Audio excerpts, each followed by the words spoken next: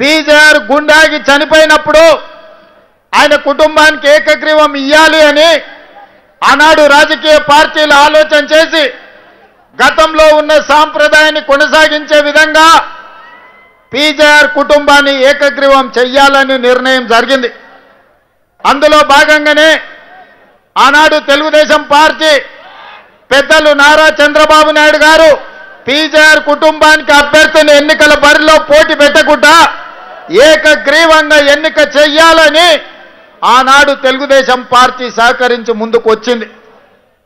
ఆనాడు చంద్రబాబు నాయుడు గారు పీజేఆర్ ఈ ప్రాంతానికి అందించిన సేవలను గుర్తించి ఎన్నికలు లేకుండా ఏకగ్రీవంగా ఎమ్మెల్యేను చెయ్యాలంటే చంద్రశేఖరరావు గారు ఎన్నికల బరిలో అభ్యర్థిని నిలబెడితే పీజేఆర్ కుటుంబం కేసీఆర్ను కలవడానికి ఇంటికి పోతే 3 గంటలు గేటు ముందు నిలబెట్టి ఎర్రటెండలో కలవకుట్ట వెనక్కి పంపించి ఈ ప్రాంతంలో అభ్యర్థులు చనిపోతే ఎమ్మెల్యేలు చనిపోతే ఎన్నికలు తీసుకొచ్చిన దుర్మార్గుడే కసాయే కేసీఆర్ అని చెప్పి నేను ఈరోజు చెప్పదలుచుకున్నా.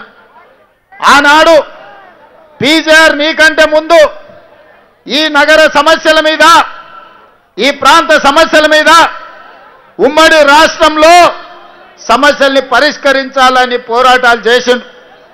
అలాంటి పీజేఆర్ ఈ హైదరాబాద్ నగరానికి వివిధ ప్రాంతాల నుంచి వలస వస్తున్న ఉద్యోగాల కోసం ఉపాధి కోసం ఈ ప్రాంతానికి వచ్చిన పేదవాళ్లకు నిల్వ నీడ లేకపోతే ఉండడానికి గుడిసె తాగడానికి నీళ్లను అందించి పేదవాళ్ళను ఆదుకున్న చరిత్ర పి జనార్దన్ రెడ్డి గారికి ఉన్నది.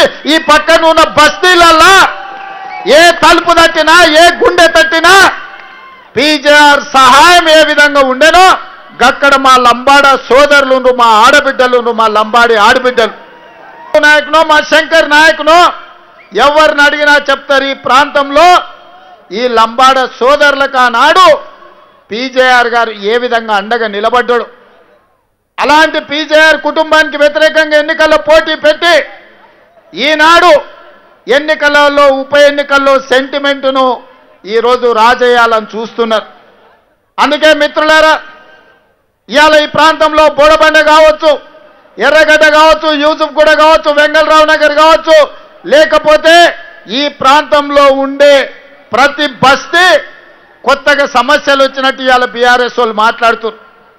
నేను అడగదలుచుకున్న బీఆర్ఎస్ వాళ్ళను 10 ఏళ్ళు మీరే అధికారంలో ఉన్నారు కదా, 2-3 సార్లు బీఆర్ఎస్ ఎమ్మెల్యేనే జూబ్లీ హిల్స్ నుంచి ఉన్నాడు కదా, కేటీఆర్ 10 ఏళ్ళు మున్సిపల్ మంత్రిగా ఉన్నాడు కదా, కేసీఆర్ గారు 10 ఏళ్ళు ముఖ్యమంత్రిగా ఉన్నాడు కదా, మరి ఈ సమస్యలు పరిష్కారం కాకపోవడానికి బోడబండలో సీసీ రోడ్లు రాకపోవడానికి ఈ ప్రాంత ప్రజలకు తాగునీళ్లు లేకపోవడానికి మీరేసుకున్న గుడిసెల మీద కరెంటు వైర్లు పోవడానికి కారణం బీఆర్ఎస్ దొంగలు కాదా?